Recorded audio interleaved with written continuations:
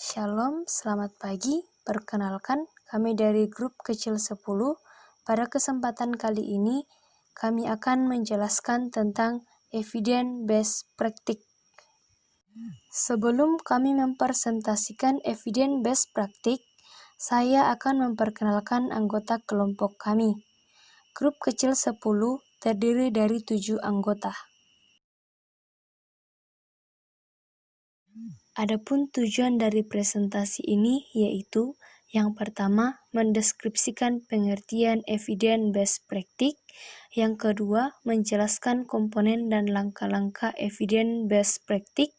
Yang ketiga, mendeskripsikan pengertian pressure injury atau PI. Yang keempat, menjelaskan faktor-faktor yang mempengaruhi dan cara pencegahan pressure injury menurut evidence-based practice. Yang pertama yaitu pengertian EBP. EBP atau Evidence-Based Practice adalah model problem solving untuk clinical practice, di mana EBP didasarkan pada pendapat ekspertis, keinginan pasien, dan juga bukti-bukti terbaru atau terbaik melalui riset atau penelitian terkait pada masalah pasien. EBP digunakan perawat untuk mengambil keputusan dalam tindakan secara tepat, efektif, dan sesuai sebagai respon terhadap profesionalitas, kekuatan politis, serta sosial dalam pelayanan kesehatan yang terjadi. Pengertian EBP di atas diambil dari Peterson et al. 2014. Komponen dari EBP. Komponen dari EBP kami ambil dari Potter and Perry 2019. Yang pertama yaitu bukti dari pengkajian pasien serta sumber tenaga kesehatan lain yang ada. Dapat dikatakan bahwa di mana bukti-bukti tersebut diambil dari jurnal-jurnal penelitian yang terpercaya. Yang kedua yaitu informasi mengenai nilai dan preferensi yang dianut klien. Tentunya kita sebagai seorang perawat itu haruslah menghargai apa yang dianut oleh klien atau apa nilai-nilai yang dianut oleh klien, di mana kita juga akan dapat mengambil tindakan berikutnya. Yang ketiga yaitu keahlian klinis tenaga kesehatan. Dapat dikatakan yaitu sebuah keahlian klinis yang dimiliki seorang perawat atau seperti pengalaman yang dimilikinya dalam mengambil suatu tindakan yang sama. Yang keempat yaitu bukti riset teori yang berbasis riset, keahlian klinis, dan opini pimpinan. Di sini opini pimpinan dapat diambil dari seperti rekan sejawat yaitu dokter, farmasi, dan juga yang lainnya. Berikutnya yaitu langkah-langkah dari EBP. Di sini kami mengambil dari Potter and Perry 2019. Yang pertama langkah-langkah dari EBP yaitu 1. Mengajukan pertanyaan klinis. Di sini, kita sebagai seorang perawat dalam proses EBP, kita harus membuat satu pertanyaan dan mencari solusi dari sebuah masalah. Yang kedua yaitu mencari bukti yang paling relevan dan terbaik. Di sini untuk menjawab pertanyaan tersebut, kita harus mencari bukti yang tentunya berkaitan dengan pertanyaannya untuk dijawab. Yang ketiga yaitu menilai setiap bukti dengan kritis. Di sini, setelah kita mendapatkan bukti, kita harus menilai dengan kritis. Yang keempat yaitu mengintegrasikan semua bukti dengan keahlian. Di dalam mengintegrasikan atau mengaplikasikannya, kita dapat bertanya kepada dokter. Yang kelima yaitu mengevaluasi praktik dan perubahan. Dan yang berikutnya yaitu membagikan hasil perubahan EBP dengan orang lain. Tentunya, kita sebagai seorang perawat, kita harus membagikannya apa yang kita dapat kepada orang lain, supaya orang lain juga dapat menerima dan menjadikannya sebagai bahan ajar kembali. Di sini, untuk lebih jelasnya langkah-langkah EBP dari Potter and Perry 2019 akan dijelaskan pada slide berikutnya oleh teman saya. Dalam mengajukan pertanyaan klinis, perawat dapat menggunakan pertanyaan-pertanyaan picot pada pasien. Yang pertama, P atau populasi, yaitu identifikasikan pasien berdasarkan usia, jenis kelamin, etnis, serta penyakit atau masalah kesehatannya. Kemudian I, yaitu intervensi, intervensi mana yang bermanfaat untuk digunakan dalam praktik, kemudian C atau comparison, yaitu perbandingan, apa standar perawat atau intervensi apa yang saat ini digunakan dalam praktik, kemudian O atau outcome, yaitu hasil apa yang ingin dicapai atau yang ingin diamati sebagai hasil dari intervensi yang akan dilakukan, kemudian T atau time, yaitu waktu, berapa lama waktu yang dibutuhkan untuk melakukan intervensi dalam mencapai hasil, misalnya jumlah atau berapa lama waktu yang diperlukan untuk mengubah perilaku atau kualitas hidup dari pasien. Yang kedua yaitu mencari bukti paling relevan dan terbaik. Beberapa contoh kumpulan data dan sumber ilmiah yang dapat digunakan sebagai pedoman atau informasi yang akurat yaitu yang pertama ada AHRQ atau Agency for Healthcare Research and Quality. Ini mencangkup petunjuk klinis serta rangkuman bukti. Kemudian yang kedua CINAHL atau Cumulative Index of Nursing and Allied Health. Ini berisi penelitian keperawatan, kesehatan terkait, serta biomedis. Kemudian Midline, ini berisikan sejumlah penelitian di bidang kedokteran gigi, kedokteran hewan, keperawatan, psikiater, dan hal lain yang berkaitan dengan kesehatan. Kemudian yang keempat ada MBES, berisi penelitian biomedis dan farmasi. Kemudian ada Psikinfo, ini memuat tentang psikologi dan disiplin perawat kesehatan terkait. Kemudian ada RCT juga atau Randomized Control Trial. Ini merupakan sebuah studi eksperimental yang paling baik dan tepat, yang merupakan standar emas untuk suatu penelitian. Kemudian yang ketiga, menilai setiap bukti dengan kritis.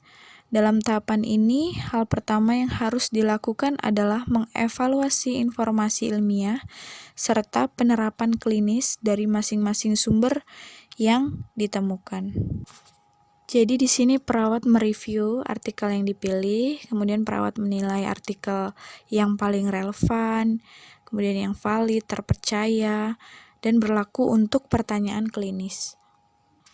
Kita dapat mengajukan pertanyaan-pertanyaan untuk menilai setiap bukti dengan kritis, seperti misalnya apakah hasil penelitian tersebut valid, apakah penelitian tersebut menggunakan metodologi penelitian yang baik, apakah hasil dari penelitian tersebut reliable, apakah intervensinya bekerja dengan baik, sebesar apa efek dari intervensi tersebut.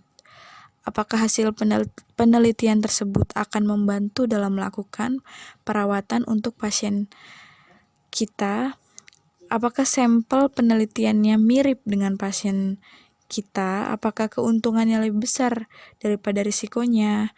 Kemudian apakah intervensi tersebut mudah untuk diimplementasikan?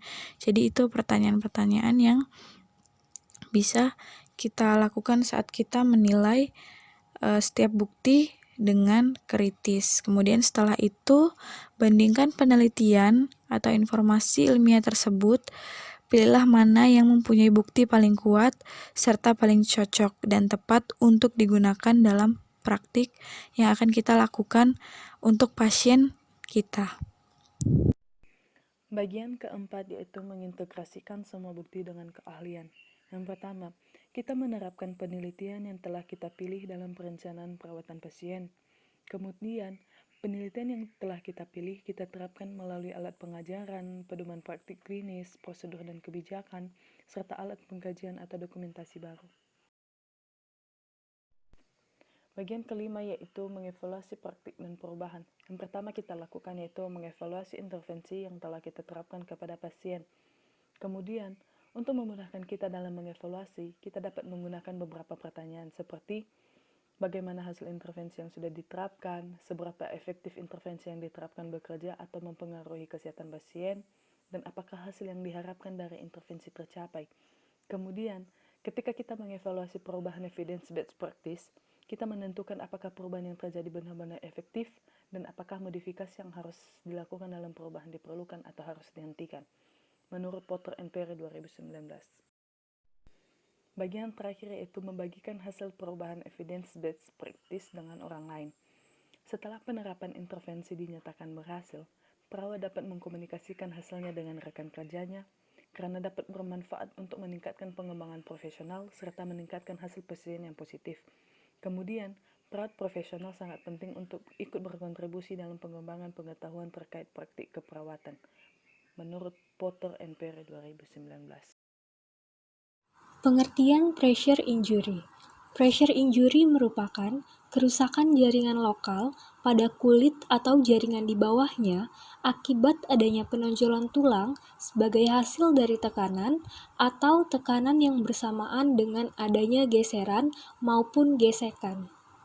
Faktor-faktor yang mempengaruhi pressure injury yaitu perfusi atau sirkulasi darah yang buruk, kemudian asupan nutrisi, penyakit diabetes, kelembapan dari kulit, albumin yang rendah atau protein dalam darah yang rendah, di mana dapat mengakibatkan kelemahan otot hingga kram otot sehingga sulit bergerak atau menyebabkan intoleransi aktivitas, kemudian status dari kulit atau branded, pasien ortopedi atau pasien yang mengalami cedera ataupun trauma pada sistem muskuloskeletal, kemudian orang dengan defisit neurologis atau pasien dengan kelainan fungsional pada area tubuh karena penurunan fungsi otak, medula spinalis, saraf perifer, dan otot.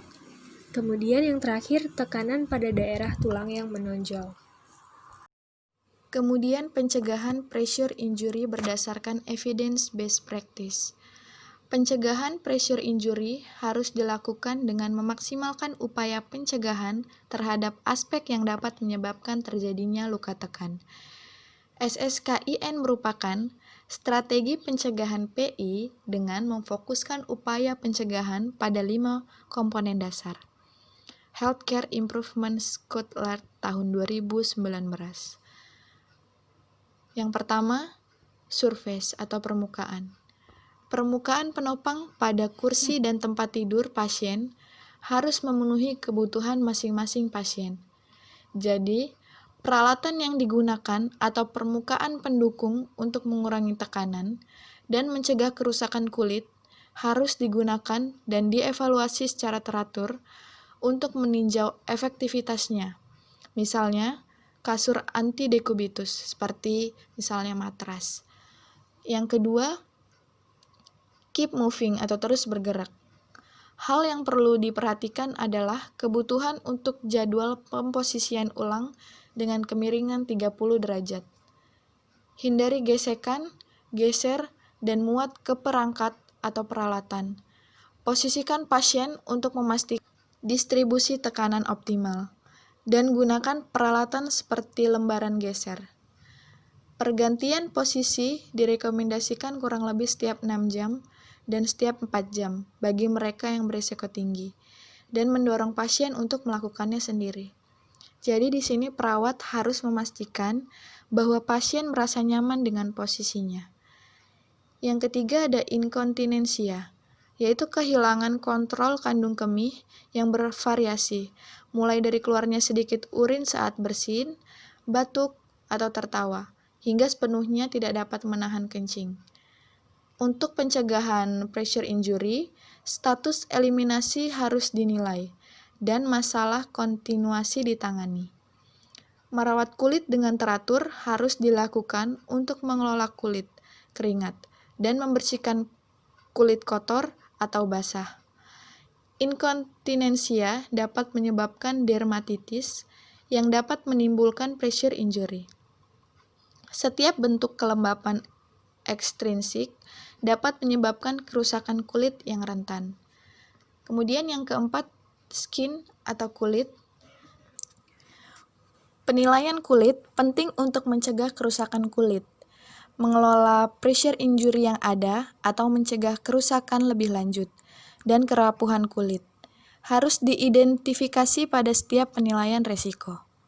Fokus pencegahan pressure injury diarahkan pada upaya perawat dalam menilai status kesehatan, menilai daerah tekanan, lipatan kulit, derajat ulkus, dan kesesuaian laporan. Geser dan gesekan faktor utama dalam pengembangan PI, baik geser maupun gesekan, gabungan, atau secara terpisah dapat memiliki konsekuensi negatif. Ini harus dipertimbangkan ketika menilai kulit dan tindakan harus diambil untuk meminimalkan faktor risiko bila memungkinkan. Seperti misalnya penggunaan krim yang dapat membantu mengurangi gesekan. Yang kelima, nutrisi. Diskusikan pengetahuan tentang diet sehat dan pertimbangkan kebutuhan untuk makanan dan suplemen gizi. Memberikan selebaran saran dan mendidik pasien. Kemudian, ini daftar pustaka. Jadi ini sumber-sumber referensi yang kami gunakan untuk presentasi kami hari ini. Teman-teman juga dapat melihat jika memerlukan informasi yang lebih banyak lagi. Demikianlah presentasi kami mengenai evidence-based practice. Semoga apa yang telah kami jelaskan dapat bermanfaat bagi kita semua. Sekian dan terima kasih.